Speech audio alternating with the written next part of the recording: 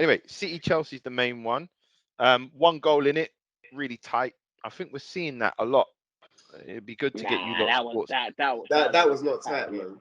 No, what I'm saying is when the top teams play the top teams, they're not usually high scoring games anymore. You know? I think even play Arsenal and Man United. Yeah, well, they're not top teams. Another thing I would say, though, guys, is that Chelsea, particularly for me, I don't think they're an attractive team to watch. Does that make sense? For me, I feel like the system that Tuchel plays, it's not really appealing. It's just get the job done. Mourinho style. I wouldn't say Mourinho style to an extent, but like you're not gonna see patterns of play that you think, okay, I enjoy watching. Another thing we need to bring up as well, I don't think this Tuchel and Lukaku thing is finished. Did you see Tuchel's interview? No, what did he say? Go on. No, what did he say? Dig at the big man. He took a dig at the big man. Should we bring it up? Basically, yeah, but if this never happened, we wouldn't be saying, "No, we don't think it's over." Is what I'm you trying could to just say. be cutting a striker because the striker didn't do his job on the day. So basically, he said they had 9 transitions, but the transition of play wasn't done to the best of their ability. He feels that they had chances to kind of score, which they did. However, they didn't take their chances. However, he was talking about the final third of the last play, which basically boils down to Lukaku. How he didn't say him, he was aiming towards him. If we could read between the lines, and I feel that I don't think we've seen the last of these two going. Chelsea failed to have a single shot in their first half, the first time that's happened in the Premier League since the 3-0 defeat to Newcastle back in May 2018. So, yeah, they really didn't have a good first half. They didn't register a single shot. Kevin De Bruyne's strike was the decider. But didn't we see Chelsea versus Liverpool that was 1-1 earlier on? And I think it was Chelsea that went down to beginning of the season. Yeah, Chelsea went down to 10 men, didn't they? Lukaku failed to deliver against City. Tuchel's worse. Speaking after the game, Tuchel did not seem happy. He had many ball losses without any pressure. See? He had a huge chance. We want to serve him, but he is part of the team, and the performance up front, particularly in the first half, we can do much, much better. Okay, now I think Sim's frozen there. Oh no, you're back, Sim. We just lost you for a second. You were like that. You froze for a sec. Yeah, so that's it's scathing. I think I was talking to Puz a little bit earlier, Sim. What do you think of this? I personally think so. At the start of the season, me and Puz both said that we think Chelsea for the league, right? For the title. Why did you not say that though? But no. If you remember in our first episode, we said that. Remember? And you said City. You said City. Yeah. As obviously the season's developed, obviously Chelsea are nowhere near it. To be fair, it's City's to lose 13-point gap. I said this on the phone earlier to Puz that Chelsea, they look like they're like a cup team. Cup team, yeah.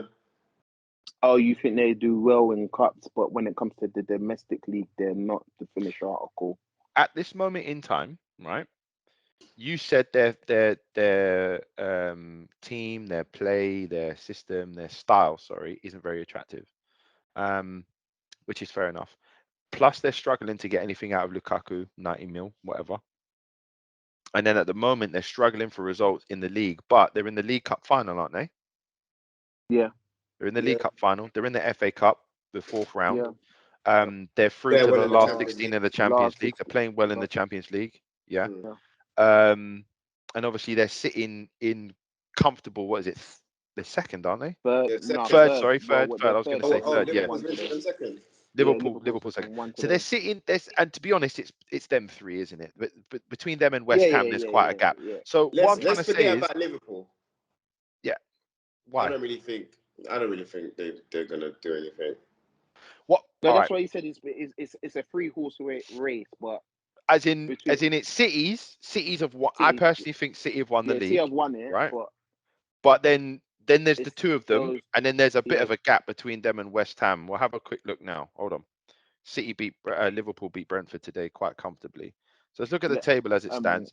West Ham So lost to Leeds.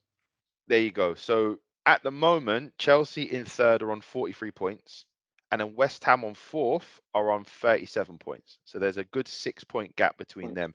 But then between Chelsea and Liverpool, there's only 2 points, and then there's a massive gap between Man City and the top two. The bottom. It's 11 second points. and third. Yeah. 11 points between City and Liverpool. So basically, City's the title. Then you got Liverpool, Chelsea kind of just sitting comfortably there. And then there's obviously a race for top four, which is arguably open between Tottenham, yourselves, and West Ham at the moment. Man United are nowhere near it. So honestly, Sim, I'm gonna say something here. You know, Tottenham have got 2 games in hand on us, and they're like 2 points. Yeah, they do. Yeah. Yeah, but one of the games on hand would have been. It's against us. Yeah. Yeah. So which I'm very happy that's that not. Paz, I was thinking about that as well. And then we've got 2 games in hand on West Ham. Yeah. Yep, you do, and you're only 2 points behind. And we've also got 2 games in hand on West Ham. But what I'm saying is, so Tottenham have 4 games. Tottenham have 4 games in hand against on West Ham. Who are you lot again, Chris? Who? Who are you lot? Who? Manpoo. Said we. Manpoo. Oh, okay, yeah. Go on. Manpoo United, yeah. So we're poo-poo. What I was going to make a point though. Having games in hand not necessarily a good thing, because what happens is your fixtures get really congested, and you end up playing every 2-3 days. Tottenham they don't have the amazing squad. They've got, I'd say, 14, 15 players, but they don't have. Even Arsenal after 15, 16 players, and you're starting to go into like we start to kind of fade away. Man United have a big squad. We've got 25 international players, but they're all shit. So no, they're not shit. Honestly, Chris, before we go back to the City, Chelsea, Chris, they're not shit. Sorry to swear, but they're not. Those players are not. They're not shit. I'm sorry. This is the point where you stop the excuses. These men are international players. Some of them have won World Cup. Some of them have won. Excuses. Some of them have won. What's that thing called? Nations League. Puz, yeah, Nations League. Puz, listen, bro. You're the last person you'll hear excuses from is me, bro. Look, without going into it, because we want to go back to the Chelsea game. Man United is a mess, rotten from top to bottom.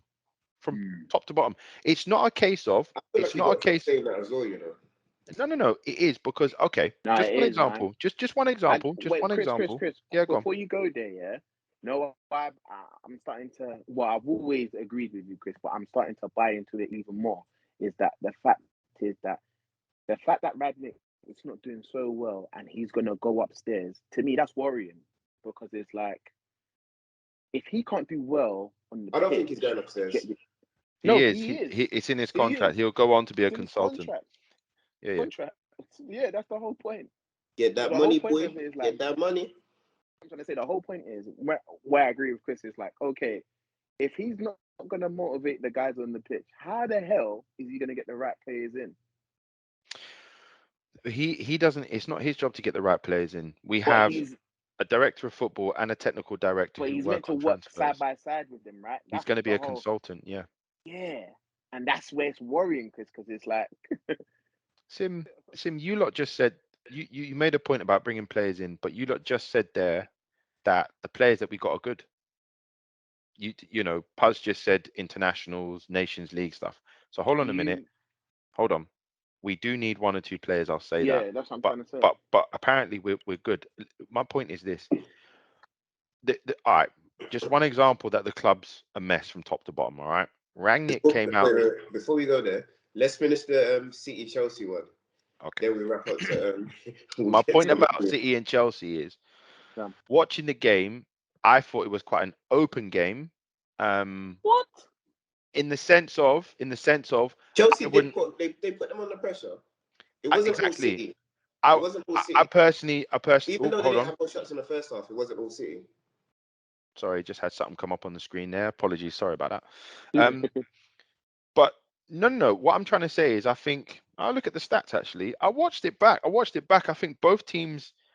Chelsea didn't create a lot of chances in the first half, if any at all. No shots on goal. But overall, what I'm trying to say is, I think it was quite an even game. Just a mad strike from De Bruyne.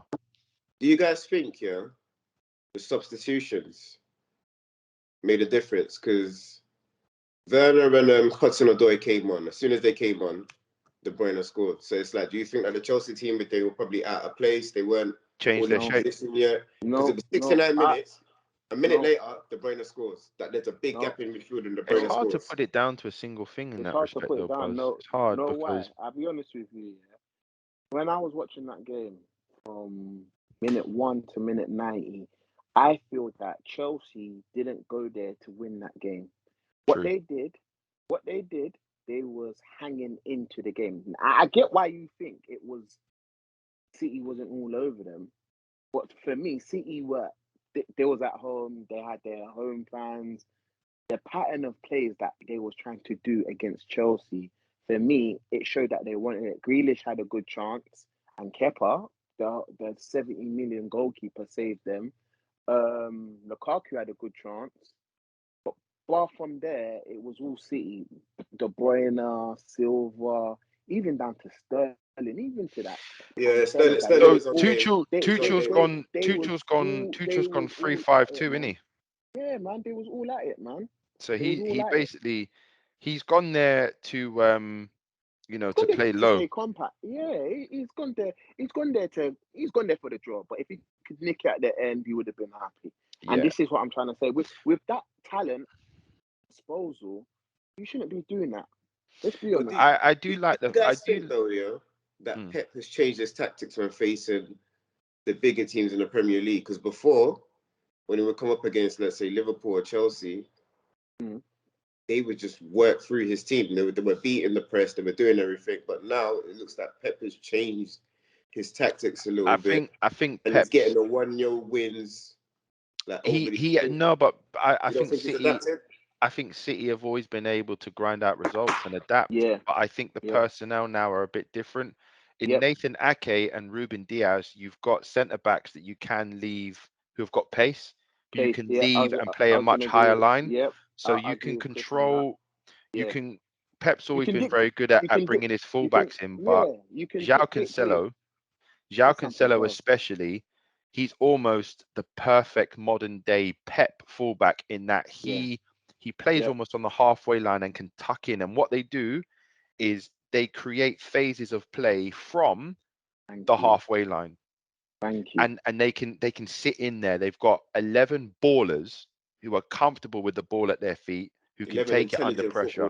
Well. Ballers, all ballers, intelligent ballers. Even and they can. I was even watching. Sorry, Chris. No, I was just saying they can make. All I was going to say, they can maintain that pressure through phases. So if they can work it this way, it doesn't work, comes back out. Okay, cool. Work it again. Yeah. And maintain that pressure. Another thing is that false number 9 role. I've noticed. You clocked onto something. He changes that false number 9 role depending on the opposition. Yep. It was Foden yesterday. And I feel that's where Chelsea was kind of not getting to grips with it, because Foden, he's not a number 9, but he picks up those little pockets that the Rudigers and the Christians don't want to go into. That's not their game. They don't want to go into those little pockets. Can I ask you a question?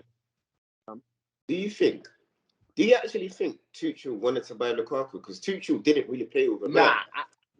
And this is why I said we're going to get back onto it. I personally think he plays better without a 9. No. He plays better with Havertz up there, doesn't he? Yes, he does. I personally think that he said to them he wants a number 9. However, if he can't get a number 9... He wanted Haaland. Yeah. It's evidently he wanted Haaland, but I think they've gone over to Haaland. They've heard the structure of the deal, and Chelsea's gone, know what? Too much for our blood right now.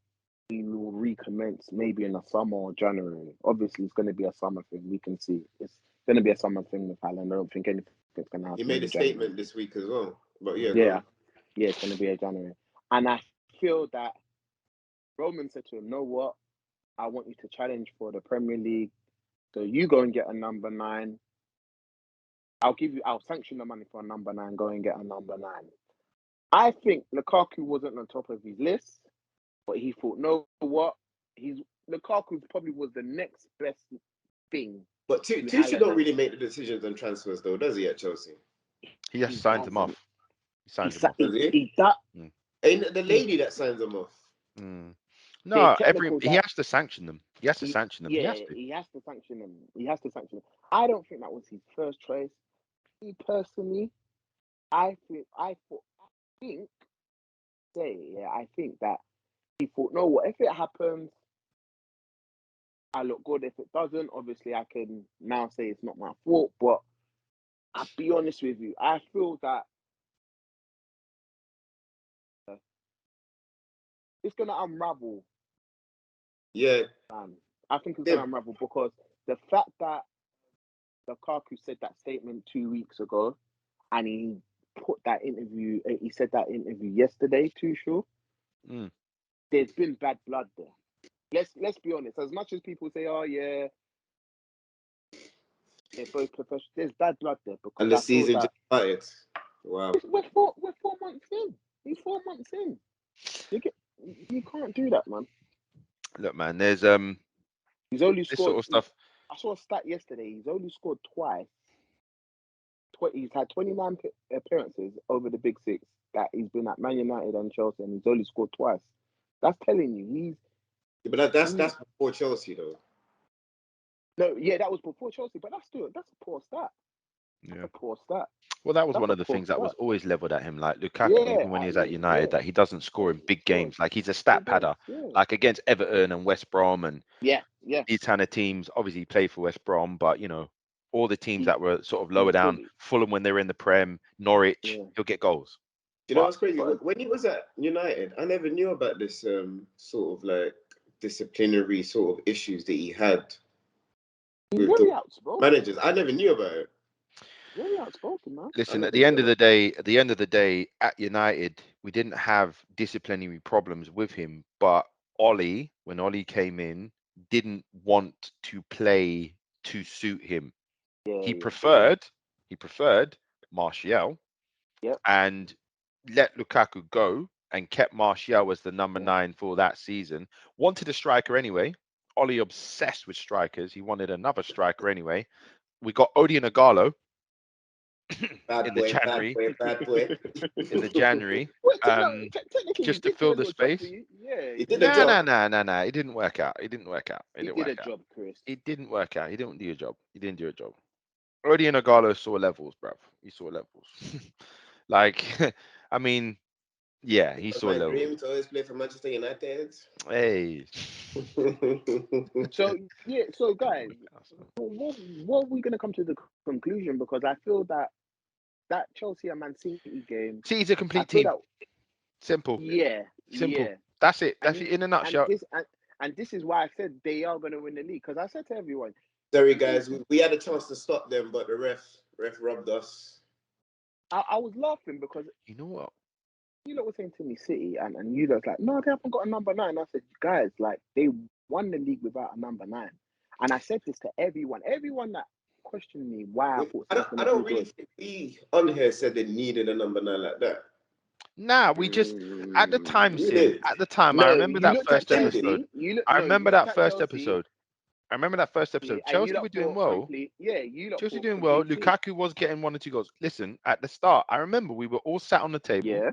In our first time in our studio, we were all sat on the table. I was on the left, and then it was Puz, and then it was Sim. And me and Puz said Chelsea, you said City. Fair enough. And you've been proven right. But at the time, Chelsea were at the top of the league, and they were playing well. Some flower emojis next to Sim's face. And bearing in mind, obviously it was the start of the season. Chelsea have just won the league, won the Champions League, and they'd strengthened their squad. They were looking good. However, it feeds on to the point that I made at the start. Do you guys think, because Puz sort of agrees, he saw my point. Do you think Chelsea now, looking at the season, are like a cup team? Because Tuchel sets them up, like you say, for the game. What I mean by that is this.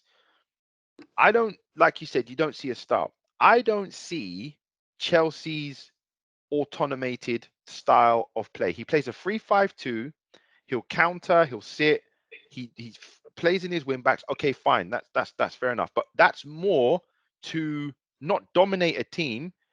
Unless it's a lower team, he can dominate a team. That's more to react to a team. So against City, he sat back. Against Liverpool, they sat back when they drew against them 1-1 and got something on the break. Against lower teams, it's fine. It's fine because Thiago Silva, Rudiger, they can all sit up high and they can push the fullbacks on and they can swamp teams. But then against bigger teams, they sit back. What I'm trying to say is it's a very counterintuitive way of playing. Whereas Liverpool, it don't matter if they're playing Sunderland, Atletico Madrid, Manchester City, Bayern Munich, they play the same. City, they play the same. Yeah. Barcelona, they play the same. The old Barcelona. No. Barcelona play the same. They do. Sim, they do. The players that they have to do it now are not as good. Okay. I give you that. But they don't have Xavi and Busquets, Xavi and Iniesta anymore. But they still play the same. Yeah, Ajax. Xavi's philosophy is still the same. Xavi's philosophy still. He needs time. I think Barcelona will come good. Ajax don't matter if they're playing Dortmund or Real Madrid. Total football. They have their style. That's what I'm saying. Yeah. And I think Tuchel's style is a very, very cup successful side because in a one-off game. Would you say it's rigid? Because for me, you can't have all that talent and have a rigid style. Does that make sense? But you can and you can't, right? Because he's proven formula to work. So he came in there and within a very short period of time, he got immediate results. And let's face it, that Chelsea team is still playing the way that they did under Conte that won the league. And this is my whole point. 3-5-2. But then I feel like they should just take Lukaku out for now and just stick with Havertz up front.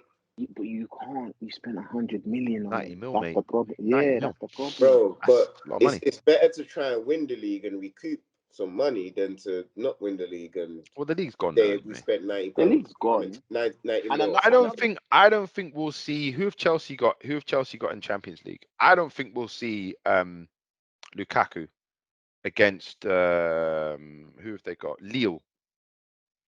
I don't think we'll see Lukaku against Lille. Lille are a good team, by the way. Will we see a Lukaku against Tottenham next week? They've got Tottenham next week. Yeah, they do. They got Brighton, then they got Tottenham. Yeah. Yeah. Now you see what I'm saying, Chris. It's like, how do we judge him? Because it's like when you spend 90 million on a striker, as Chris said, you don't want him scoring against Fulham, Watford, and that. That's just meant to be. They don't concede. They don't concede. Like, and this is why I said. But then again, City don't concede. City have only conceded 13 goals all season, with the least in the league. Compared to City and Wolves, everybody else concedes. City have only conceded 13. Wolves have only conceded 15. Okay, that's true. Guys. Everyone else is over 20. Guys. Nah, Chelsea's 17 and Liverpool's 18. It is. Yeah. I get you, but comparing a Man City to a Wolves defense, completely two different things. You got to, as Chris said, Man City 11 players are comfortable on that ball. Yep. So it's different compared to a Wolves. I genuinely think Bernardo Silva could be a fullback. As we were saying, did you get it? As we were saying last week, don't you levels. Think this is all down to Pep's and his tactical training with these players and the confidence 100%. He gives them. 100%. I never saw Sterling doing what he's doing now, if I'm going to be honest. I didn't see He's the greatest manager of our generation.